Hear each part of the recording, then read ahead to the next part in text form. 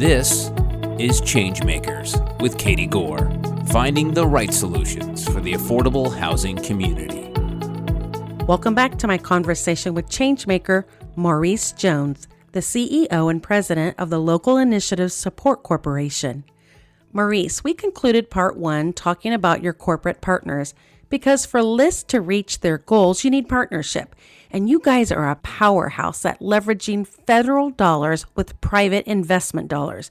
You've teamed up with the likes of Netflix, Lowe's, and Costco. So here's a simple yet complex question. How do you convince them that this is something they should be spending their money on? Well, the fortunate thing is we're at a moment where lots of partners that we currently have and have had for a while are looking to up their game, if you will, in these spaces with us. And so we've been talking to a number of them about doing more in this space with that kind of intentionality.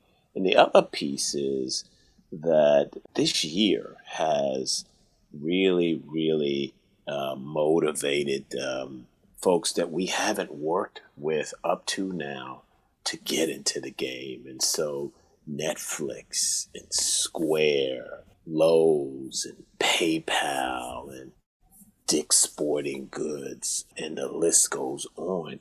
These are all folks now who are incredibly motivated, who are feeling that fierce urgency of now to actually partner with us to do this kind of work, to make a serious impact on America's racial justice journey.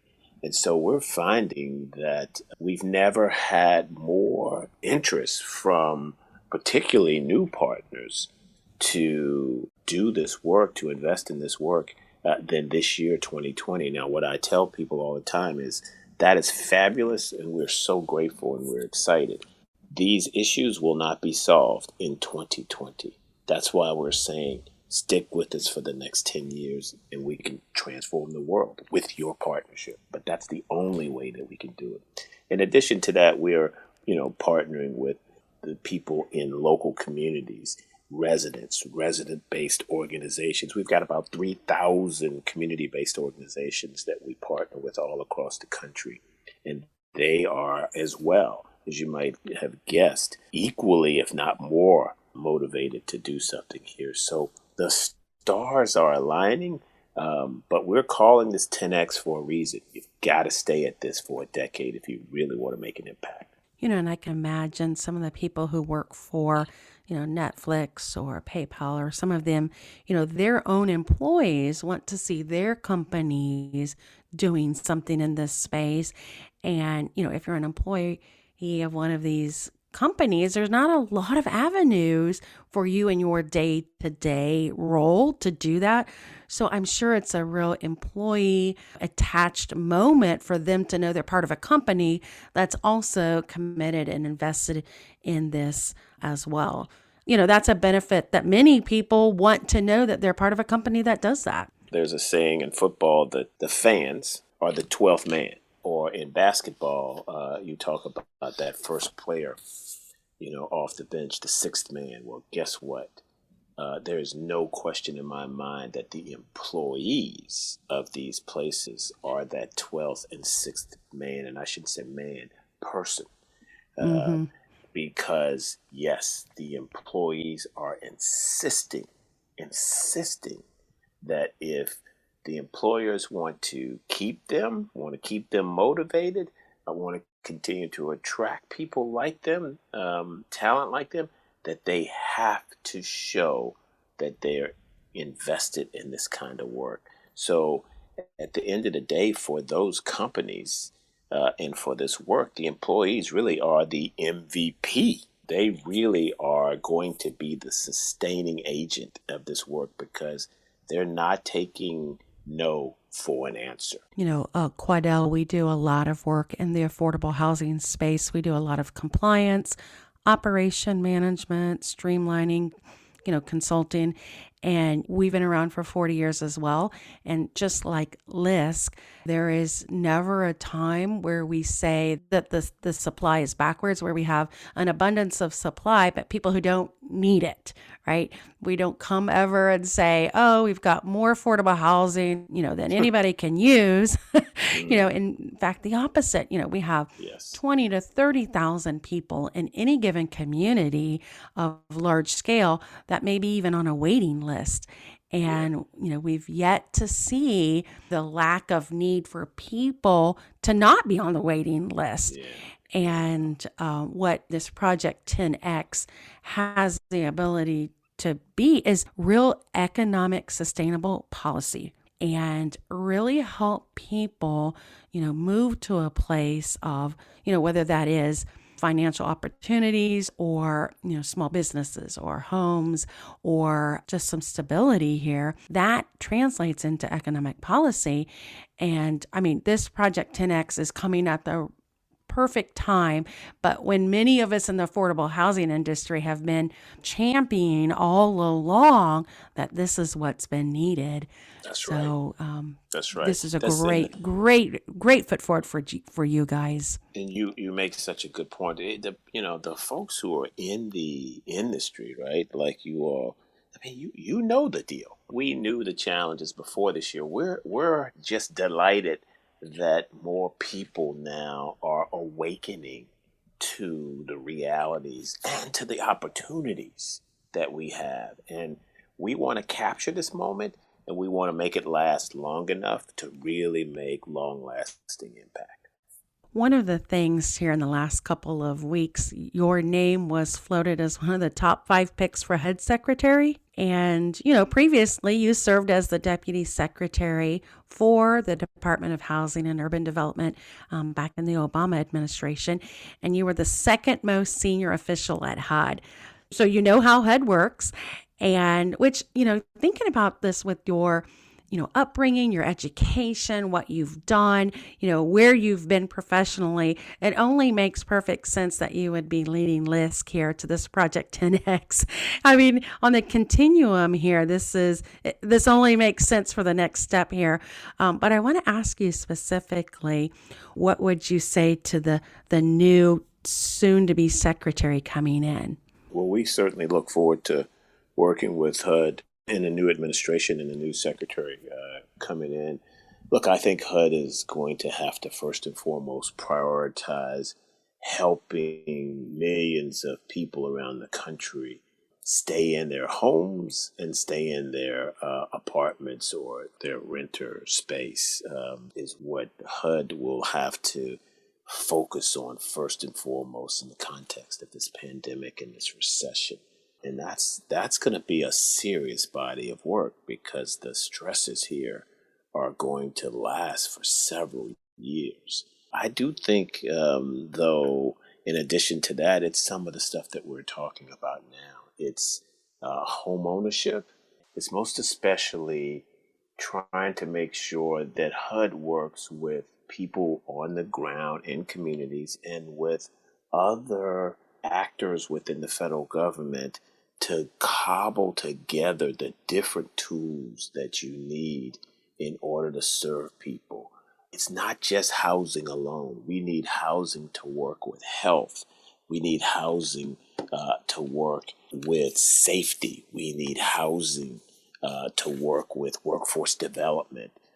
We need housing to work with small business. So I would tell you that third piece for me is how HUD collaborates to make sure that when we are putting people in housing, that we're also combining that with their access to workforce development, to health care, to transportation.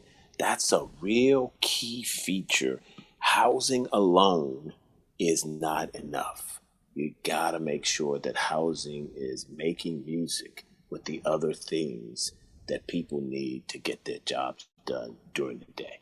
And LISC, one of the things that you guys have been involved in, and you know from an on the ground perspective, is you guys have invested in 15, 20 housing developments where you have several hundreds of units that you've been involved in. So, you guys know from not just an analytical and an investment perspective, but you guys actually know because you've seen it in real time on the ground.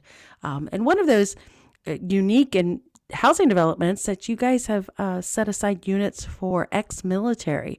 What are the priorities related to, veterans housing, for example? Yeah, it remains a huge priority for us. And we've been working on trying to invest in housing for veterans that have services. We're doing it all around the country. We're also, by the way, coupling that with using some of the capital we received this year for small businesses to invest in businesses led by veterans. So again, back to the piece that I just mentioned, you've got to do Housing Plus. It's a huge focus for us. One of our new offices in LISC is a full-service office in Hampton Roads, Virginia. Hampton Roads has the largest naval base in the world as one of its residents, if you will. And so we intend to make sure we use our tools there to be helpful to veterans around housing and workforce, et cetera. So yeah, we have had investing in housing with services for veterans for quite some time, and we will continue that work. It's something that HUD has set aside vouchers for with their VASH vouchers.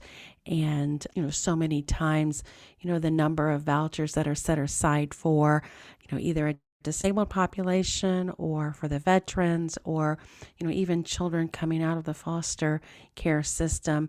Those numbers are just so low when you look on a community by community basis.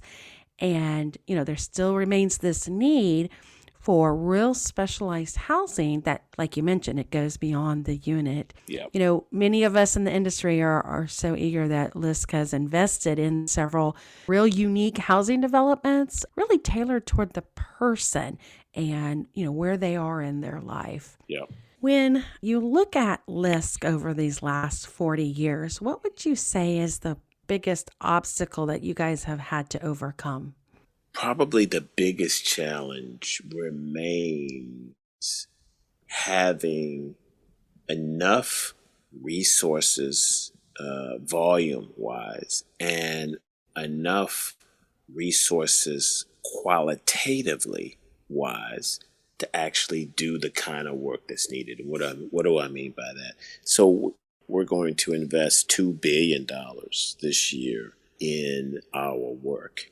But if you looked at the housing gap alone in the state of California, you could spend all $2 billion trying to close that gap. So $2 billion is fabulous, but it pales in comparison to what is needed to truly do this work at scale across the country, urban and rural. So that's one thing. The other piece is we have to make sure that we have sufficient funds that are of a grant quality, sufficient funds that are of a debt quality, sufficient funds that are of an equity-like quality. And it is often hard to raise enough of that grant capital, for example, that we need to invest in the capacity building that's needed throughout the country in order to have a strong infrastructure for resilience in our underinvested communities. And so if we could raise more grant capital that we could then use to invest in the capacity of community-based organizations to do their work, our ability to leverage these partners to do the kinds of work we're talking about now around housing and other work will just grow exponentially.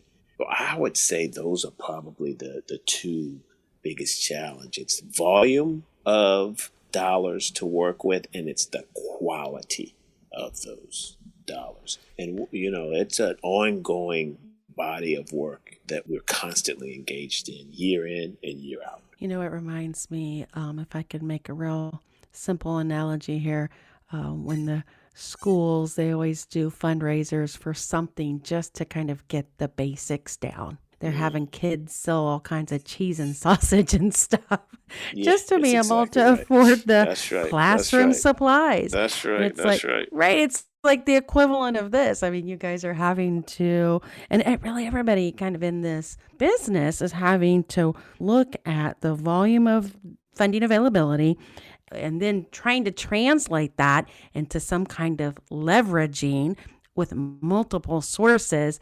And it's really hobbling together the cheese and sausage solutions Yeah, here. I tell people it's putting together a layer cake. You gotta have different layers for the cake to stand. You Mm-hmm. gotta have that grant layer. You gotta have low cost debt. You gotta have no cost debt. You gotta have tax credit. And, I mean, you're putting together a layer cake that is more complicated than anything that any great orchestra has to put together when they're bringing all these instruments together. But when we put it together, we make beautiful music. And I really do believe the private market wants to come in to be a part of that. They want Yes. to diversify some of their housing stock, low income tax credit, or they want to Yes. come up with the packaging. But, when some of these areas are so saturated in they can get market rents, so easily, you have to create that layered cake to incentivize them to come in and set aside units or That's right. have That's mixed exactly income. right. And so you guys are doing a much needed work in so many different communities. And it's not just urban communities. I mean, this is not No, restricted just to the urban areas. not at So, all. yeah, and you guys do some work with the rural housing and Oh, we do lots of work. So we work in over 2,200 rural counties in 45 states. We have a huge rural practice, and housing is a big piece of it. So, yeah, no one should be under any illusion that this is just an opportunity in urban and metropolitan America. This is a huge opportunity in rural America as well. And the same issues are at play. You've got certainly some different dynamics. You've got the different spatial issues. You don't have broadband access to nearly the same extent, and that's a big factor here. mm-hmm. You don't have the jobs that you need. That's a big factor here as well.